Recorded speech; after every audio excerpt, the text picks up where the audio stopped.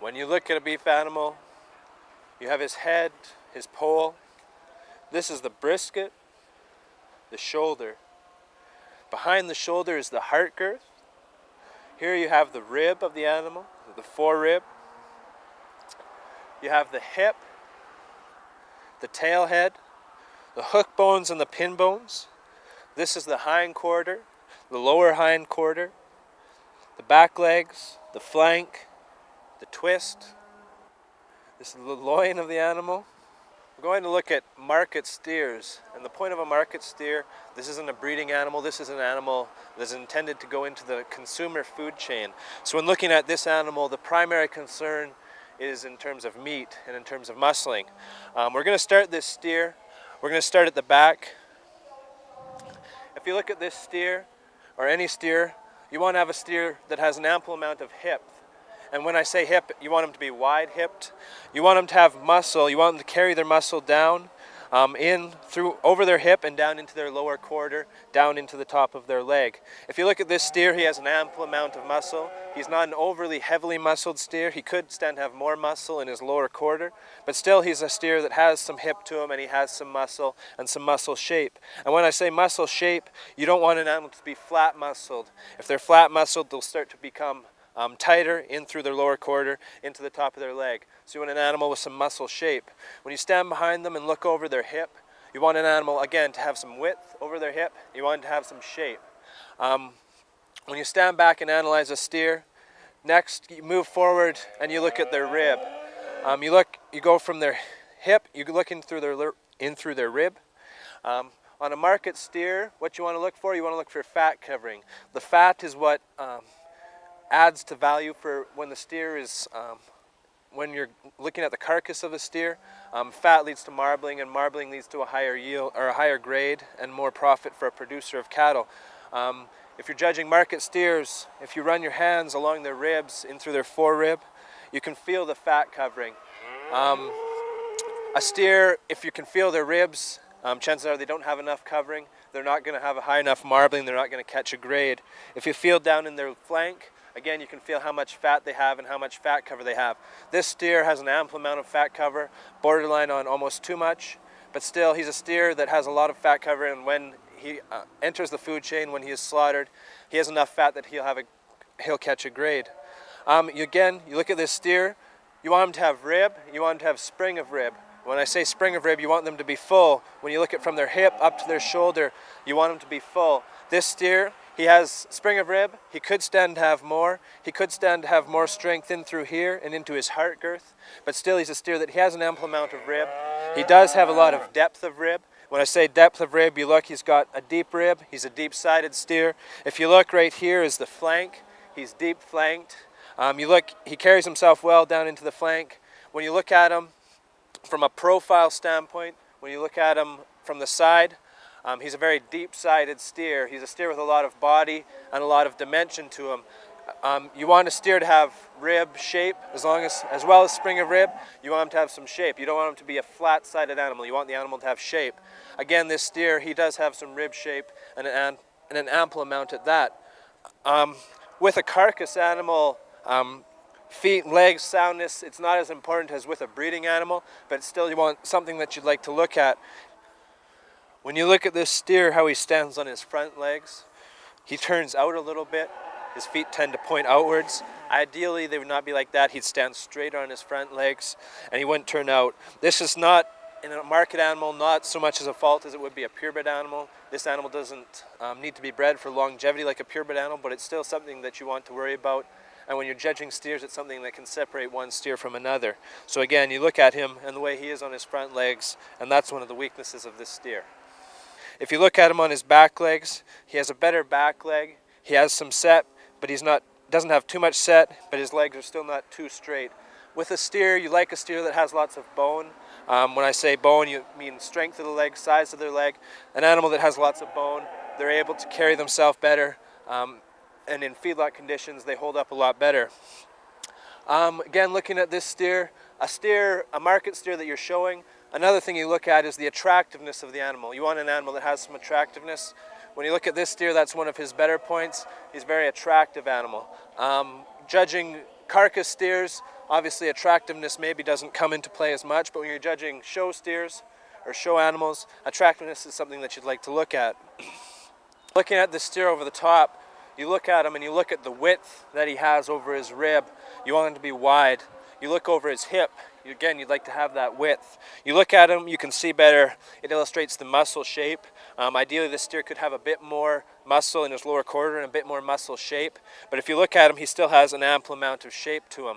You can also see that this steer carries himself well down into his twist. That's right here. This steer, some steers tend to cut up in here. They maybe don't have as much muscle there, but this steer carries himself down well. He carries his muscling down into his twist. If you look over his top, you can see that this steer does have an ample amount of rib and rib shape. He maybe does not have as much spring of rib as some other steers. He maybe becomes a little bit piecey, but still he's a steer that he has an ample amount of rib. When you stand behind him, he has some width over his top and he's got some rib shape.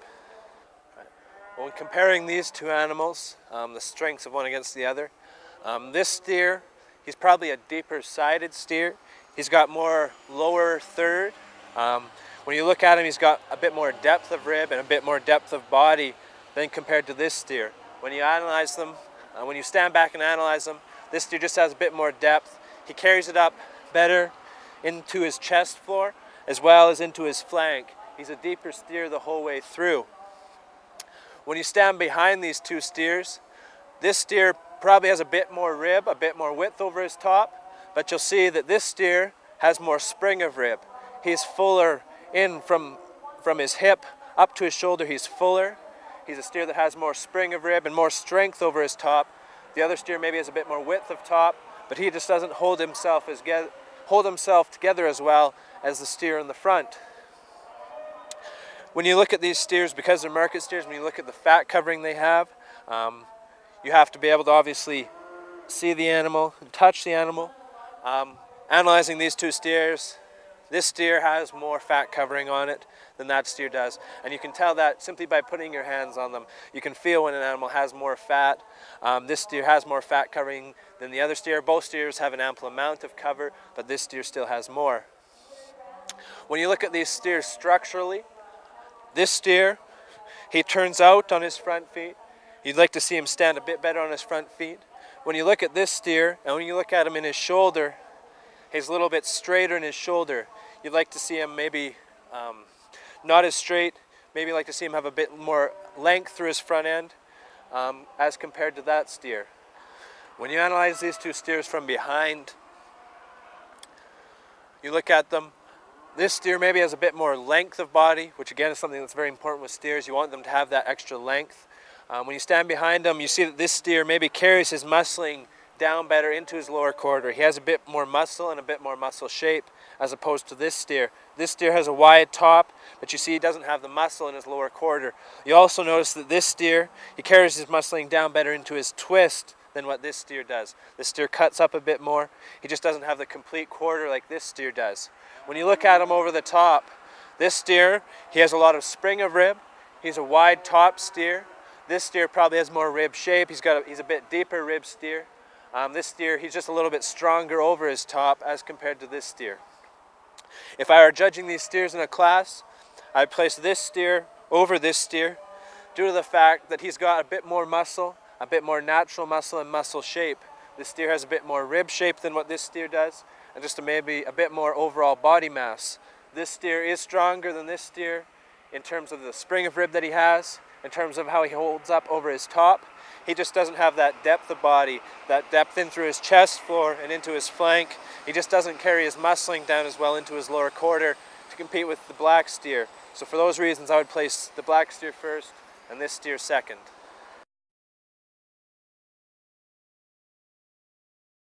The first thing would be the thickness over their top, the width of top, the amount of rib they have, their spring of rib and their rib shape and their depth of rib. That would be the first. The second one would be their muscle shape, how much muscle they have, how well they carry it down into their lower quarter, and just the overall amount of muscle mass. The third would probably be depth of body. When you're looking at a steer, you want them to be deep-sided. A steer that's deep-sided is obviously at quite an advantage over a steer that is not, as well as the length of body. Those are the most important things to look for when you're judging market steers. What these are breeding females, and they are called heifers. These heifers were born in January of this year, so that makes them 7 months old at this time. And so in 5 or 6 months' time they'll be bred, and in another year, 9 months after that, they'll have their first calf. So these are breeding females. So with a breeding female, the main thing you want to worry about is longevity.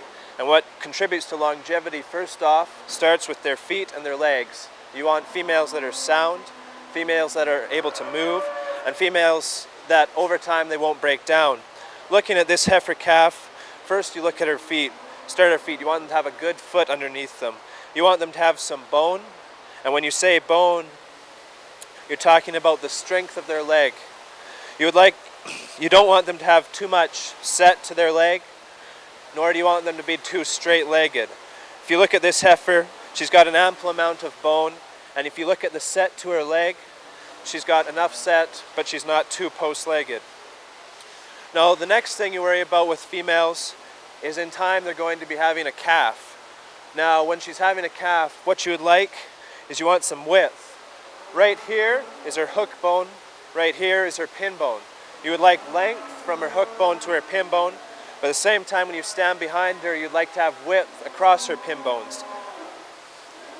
When it comes time for this heifer to calve, you'd like her to have width, so it makes for easier calving, which will in turn lead to increased longevity for a female, calving ease and things like that. Now looking further up in the female, you like to have, in any type of cattle, females, steers or bulls, you want them to have a lot of rib. Now if you look over here, this is the rib. You want them to have depth of rib, but you also want them to be full through here, which is called their spring of rib. If you look at this female, she's got a lot of spring of rib. She's full in through here, into her forerib, and into her shoulder. Now with a female, like any cattle, you like length of body. If you look at length of body from her shoulder back to her hook bones to her pin bones, this is a very long-made female. Another thing to look for in breeding females, you want depth of body. And when you say depth of body, you mean the depth of rib and the depth of body. A female that has more depth of body is a female, again, more capacity for carrying a calf. And again, it leads to longevity down the road. She's better able to calve. She's better able to catch and stay in calf. As well, for a female, you'd like them to be smooth-shouldered. You don't want them to be masculine or bulge-shouldered. If you look at this female, she's very smooth-shouldered. She has a nice long neck. Neck extension is what you would call that. And she carries herself well into a nice head. For a female, you'd like them to be, again, feminine-looking. If you look at this female, she's very feminine. She's not waisty through her front end, and just a very feminine-looking female. As well, with females, steers, bulls, any type of cattle, you look for cattle that are easy fleshing. Fleshing ability is the ability to carry fat, to put on weight. You look at this female, she's an easy fleshing female. She's got some flesh to her. Again, just a good solid heifer calf. The strengths of a female like this, first off, would be her length of body. She's a very long-sided heifer. Her next strength would probably be the femininity that she has, how clean and how nice she is through her front end. As well, another strength of this heifer is the width that she has through her pin bones and the width she has over her hip. When comparing these two females in a profile view, which is looking at them from the side, if you look at this female and if you look at her rib, she maybe has more depth of rib in terms like she is deeper and deeper sided compared to what this female is. When you stand back and analyze them, this heifer from her top to her bottom, she's deeper. She's got more rib and more depth of rib. If you look at this heifer, if you look at her front end, this heifer has a smoother front end. She's got a more feminine front end, and she carries herself a lot better through her front end than this heifer does. If you look at this heifer, she's a little bit more coarse through her shoulder. she's a little bit more wasteful through her front end. She's still a feminine female, but she doesn't excel in her femininity like this female does. When you look at them in terms of length, both of them are long-bodied females. Both of them have an ample amount of length to them. When analyzing these females side by side, again we can see what I talked about earlier.